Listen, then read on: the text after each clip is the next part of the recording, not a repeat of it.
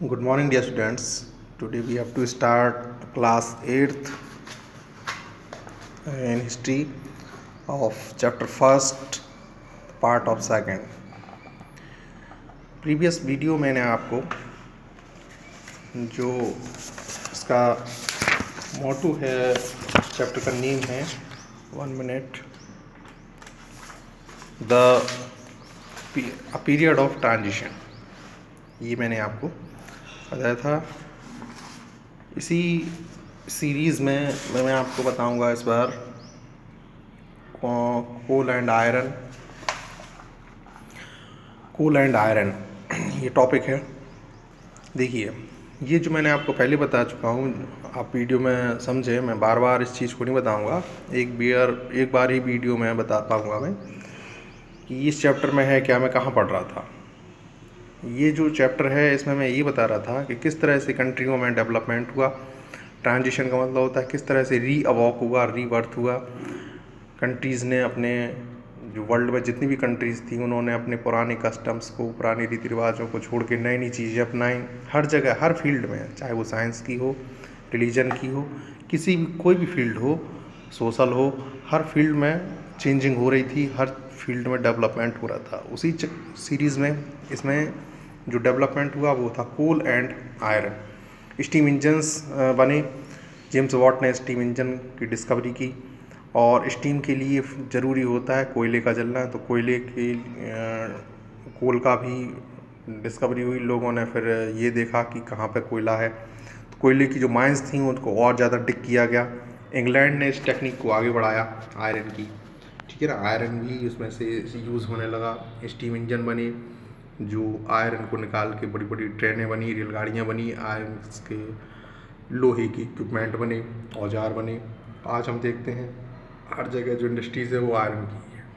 Scientific invention हुए, flying shuttle हुए। Scientific invention में क्या हुआ? फ्लाइंग शटल हुआ। स्पाइनिंग जेनी जो मशीन होती है, जो कॉटन के धागों को सीरीज में लगाती है, जैसे कि कपड़े बनते हैं, तो स्पाइनिंग जेनी 1769 में रिचर्ड आर्कराइट ने किया। और काफ़ी सारी मशीन्स हुई। कॉटन गन का भी यूज़ हुआ, बंदूक में, गन्स में, पाउडर में, जिससे कि जो वार्स होते थे उसको नई दिशा मिली और वॉर इफेक्टिव भी होने लगे। गन पाउडर और भी कई चीज़ें हुई, ठीक है ना। तो ये टेक्निक्स कॉलोनीज़। अच्छा, जब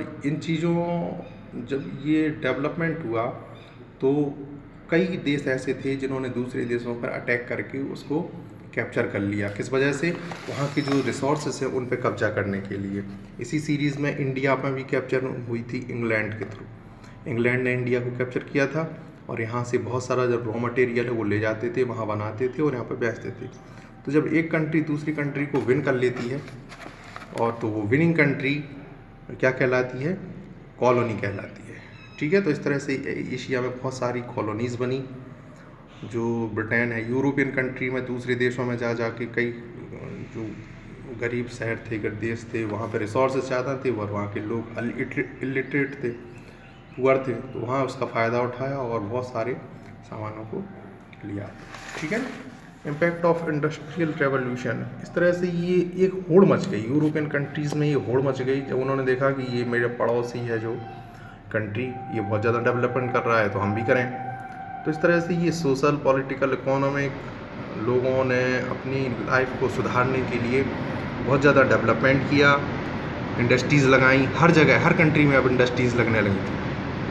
तो एक तरह से ये राइज हुआ कैपिटलिज्म का और social threat. Imperialism, what is the meaning of imperialism? पहले तो आप समझ लो। Imperialism can be defined as the process through which a country extend its power and control by acquiring weaker territory directly and gaining political, social, economic and cultural control over them. जब imperialism का मतलब होता है जब एक country दूसरी country पर control करती है, एक कमज़ोर देश पर कंट्रोल करती है। किसके द्वारा?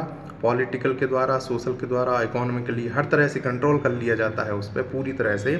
तो ये वर्ड है, इसको कहते हैं हम इम्पेरियलिज्म। क्लियर? तो इंडस्ट्रियल रेवोल्यूशन इस तरह से ये इम्पेरियलिज्म के ही अंतर्गत आता है। सोशल भी इम्पेरियलिज्म के अंतर्गत आता है, पॉलिटिकल भी इसी के उसमें आता है। क्लियर? तो एक कंट्री जब दूसरी कंट्री को पूरी तरह से कैप्चर कर लेती है, इसको बोलते हैं इम्पेरियलिज्म। क्लियर? तो ये 19वीं सेंचुरी में बहुत सारी जो कंट्रीज़ थी, पावरफुल कंट्री, जैसे जापान थे, यूएसए थे, यूरोपियन कंट्रीज़ थे, इन्होंने क्या किया कि जो वीकर कंट्री थी, साउथ अफ्रीका की कंट्री थी, एशिया की कंट्री थी जिसमें इंडिया भी आता है, इन सबको उन्होंने क्या किया, कैप्चर किया। तो ये इम्पेरियलिज्म हुआ। कॉसेस फॉर इम्पेरियलिज्म के क्या हुए? इकोनॉमिक इकोनॉमिक क्या है, हर तरह से जो कंट्री थी, जो वीकर कंट्री, उसमें से इकोनॉमी उनकी वीक होती गई, पहले से वीक थी और वीक होती गई, क्योंकि जो हायर कंट्रीज थी, बड़े कंट्री थी, उन्होंने उसको इकोनॉमिक तौर पे कमज़ोर किया, उसकी जो वेल्थ थी वो ले गए। मिलिट्री कॉस्ट, मिलिट्री अपनी फैलाई। पॉलिटिकल कॉस्ट क्या हुआ, उन पर वो राज्य किया, जैसे अपने यहाँ इंडिया में समझ गए, एक तरह से उनकी गवर्नमेंट, अपनी गवर्नमेंट भी चलाई। सोशल क्या हुए, सोशल कॉज में ये आते हैं आपके, सोशल कॉज में पूरा का पूरा सोसाइटी उन्होंने चेंज कर दी, अपनी सोसाइटी रखी, अपने तरीके से रूल्स बनाए। रिलीजियन कॉज से हुए, अपने रिलीजन को फैलाया, समझ गए, क्रिश्चियनिटी फैलाई, ये सब। टेक्निकल कॉसेस क्या हुए, इसके अलावा बस ये थोड़ा फ़ायदा हुआ कि यहाँ पे अपनी टेक्निकल इशू भी दिए गए, वो टेक्निक भी समझाई यहाँ के लोगों को और टेक्निकली काम किया, ठीक है ना। इस तरह से ये कॉसेस हैं, मैं आपको शॉर्ट में बता रहा हूँ। इम्पैक्ट ऑफ इम्पेरियलिज्म, इम्पेरियलिज्म के परिणाम क्या हुए? इम्पेरियलिज्म मैं आपको पहले बता चुका हूँ, इसके परिणाम क्या हुए? इसके परिणाम ये हुए, पॉलिटिकल इम्पैक्ट, पॉलिटिकली रूप से जो हमारा कंट्री था वो डेवलप हुआ, हालांकि उन्होंने अपने फ़ायदे के लिए किया, लेकिन वो हमारा कंट्री डेवलप हुआ किस तरह से कि रेलवेज़ बने, यहाँ पे पुल्स बने, टेलीग्राफ का यूज़ हुआ, कई जो डिस्कवरी हुई उनका इशू हुआ, समझ रहे हैं, ब्रिजेस बने, रोड बने, इंफ्रास्ट्रक्चर बने, बिल्डिंग्स बनी, ये चीज़ें उन्होंने दी। इकोनॉमिक इम्पैक्ट क्या हुआ? इकोनॉमिकली जो हमारे रिसोर्सेज का पता हमें नहीं था वो उन्होंने फाइंड किया, हालांकि वो चले गए लेकिन वो रिसोर्सेज तो यहीं पे हैं, वो हमें फाइंड करके दे गए। सोशल इम्पैक्ट, हमारी जो सोसाइटी थी, जो पुराने रीति रिवाजों में जकड़ी हुई थी, जो अंधविश्वास थे, वो भी कस्टम्स थे, उनको भी दूर किया उन्होंने। एक हमें एक तरह से वर्ल्ड में साथ चलने की, कंपटीशन करने की एक हमें वो भी दे गए, वो समझ दे गए। तो ये समाज में भी बहुत सारी कुरीतियाँ थी, उनको भी उन्होंने सुधारा। तो ये सब सारी चीज़ें, इससे इम्पेरियलिज्म से ये फ़ायदा भी हुआ, ठीक है ना।